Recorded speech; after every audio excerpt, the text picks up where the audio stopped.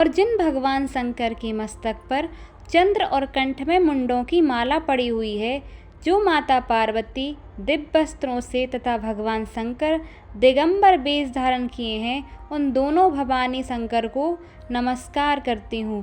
कैलाश पर्वत के सुंदर शिखर पर माता पार्वती ने श्री महादेव जी से पूछा, हे परमेश्वर, मुझसे आप वह गुप्त से गुप्त वार्ता कीजिए जो सबके लिए सब धर्मों से भी सरल तथा महान फल देने वाली हो। हे नाथ, यदि आप भली भांति प्रसन्न हैं तो आप उसे मेरे सम्मुख प्रकट कीजिए। आपको मैंने किस भांति प्राप्त किया है, कौन से व्रत, तप या दान के पुण्य फल से आप मुझको वर रूप में मिले हैं। श्री महादेव जी बोले, हे देवी, यह सुन मैं तेरे सम्मुख उस व्रत को कहता हूँ जो परम गुप्त है। जैसे तारागणों में चंद्रमा और ग्रहों में सूर्य, वर्णों में ब्राह्मण, देवताओं में गंगा, पुराणों में महाभारत, वेदों में साम और इंद्रियों में मन श्रेष्ठ है, वैसे ही पुराण और वेद सब में इसका वर्णन किया गया है, जिसके प्रभाव से तुमको मेरा आधा आसन प्राप्त हुआ है। हे प्रिय, उसी का मैं तुमसे वर्णन करता हूँ, सुनो। भाद्रपद मास के शुक्ल पक्ष की हस्त नक्षत्र संयुक्त तृतीया के दिन इस व्रत का अनुष्ठान मात्र करने से सब पापों का नाश हो जाता है। तुमने पहले हिमालय पर्वत पर इसी महान व्रत को किया था, जो मैं तुम्हें सुनाता हूँ।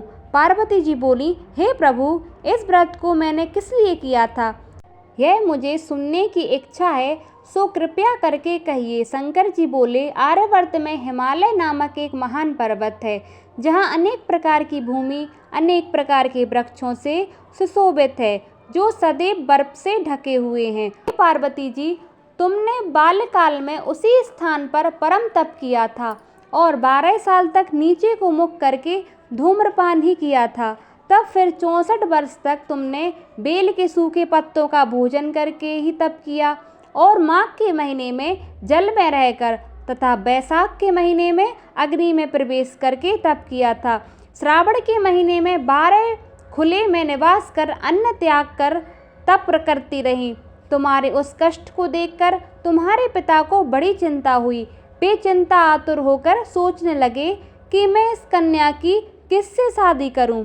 इस अवसर पर देवयोग से ब्रह्मा जी के पुत्र नारद जी वहां आए।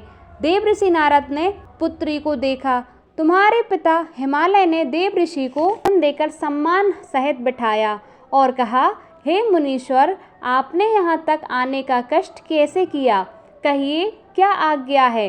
नारद जी बोले, हे गिरिराज, मैं विष्णु भगवान का भेजा हुआ यहाँ आया हूँ। तुम मेरी बात सुनो।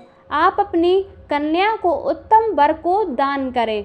ब्रह्मा, इंद्र, शिव आदि देवताओं में विष्णु भगवान के समान कोई भी उत्तम नहीं है, इसलिए मेरे मत से आप अपनी कन्या का दान भगवान विष्णु को ही दें। हिमालय बोले, यदि भगवान वासुदेव स्वयं ही कन्या को ग्रहण करना चाहते हैं और इस कार्य के लिए ही आपका आगमन हुआ है, तो यह मेरे लिए गौरव की बात है। मैं अवश्य उन्हें ही दूंगा। हिमालय का यह आश्वासन सुनते ही देवऋषि नारद जी आकाश में अंतर्ध्यान हो गए। शंख, चक्र, गदा, पद्म एवं पीताम्बरधारी भगवान विष्णु के पास पहुँचे।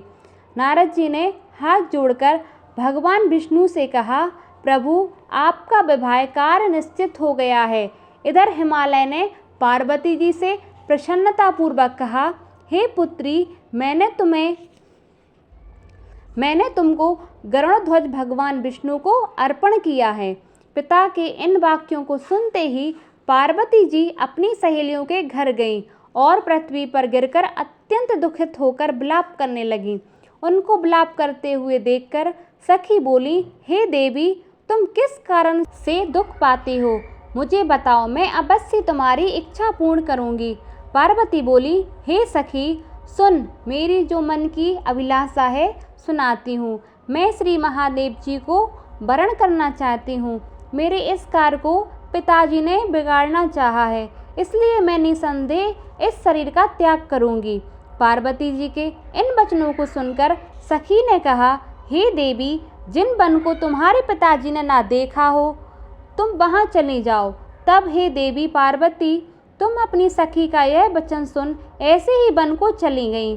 पिता हिमालय ने तुमको घर पर ना पाकर सोचा कि मेरी पुत्री को कोई देव दानव अथवा किन्नर हरण करके ले गया है। मैंने नारद जी को वचन दिया था कि मैं पुत्री का गरुड़ ध्वज भगवान के साथ वरण करूंगा। हाय, अब यह कैसे पूरा होगा। ऐसा सोचकर वे बहुत चिंतातुर हो मूर्छित हो गए। तब सब लोग हाहाकार करते हुए दौड़े और मूर्छा दूर होने पर गिरिराज जी से बोले, हमें आप अपनी मूर्छा का कारण बताओ।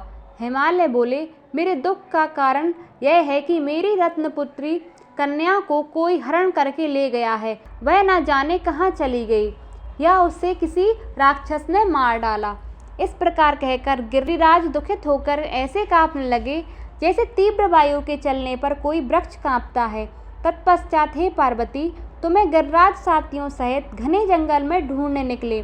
सिंह, व्याघ्र, रीछ आदि हिंसक जंतुओं के कारण वन महाभयानक प्रतीत होता था।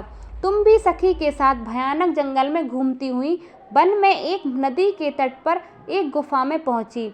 उस गुफा में तुम अपनी सखी के साथ प्रवेश कर गईं, जहां तुम अन्न जल का त्याग करके बालू का लिंग बनाकर मेरी आराधना करती रहीं।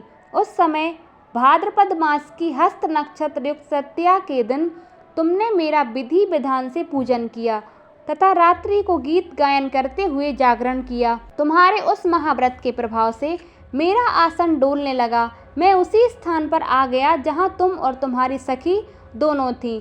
मैंने आकर तुमसे कहा, मैं तुमसे प्रसन्न हूँ। तब तुमने कहा, हे देव, यदि आप मुझसे प्रसन्न हैं तो आप महादेव जी ही मेरे पति हो। मैं तथास्तु ऐसा कहकर कैलाश पर्वत पर चला गया और तुमने प्रभात होते ही मेरी उस बालू की प्रतिमा को नदी में विसर्जित कर दिया। हे सुबह, तुमने वहां अपनी सखी सहित व्रत का पारायण किया। इतने में तुम्हारे पिता हिमवान भी तुम्हें ढूंढते हुए उसी घने जंगल में आ पहुँचे। उस समय उन्होंने नदी के तट पर दो कन्याओं को देखा तो ये तुम्हारे पास आ गए और तुम्हें हृदय से लगाकर रोने लगे और बोले, बेटी, तुम घने जंगल में क्यों चली आई। तुमने कहा, हे पिता, मैंने पहले ही अपना शरीर शंकर जी को समर्पित कर दिया था, किंतु आपने इसके विपरीत कार्य किया, इसलिए मैं वन में चली आई। ऐसा सुनकर हिमवान ने तुमसे कहा, मैं तुम्हारी इच्छा के विरुद्ध यह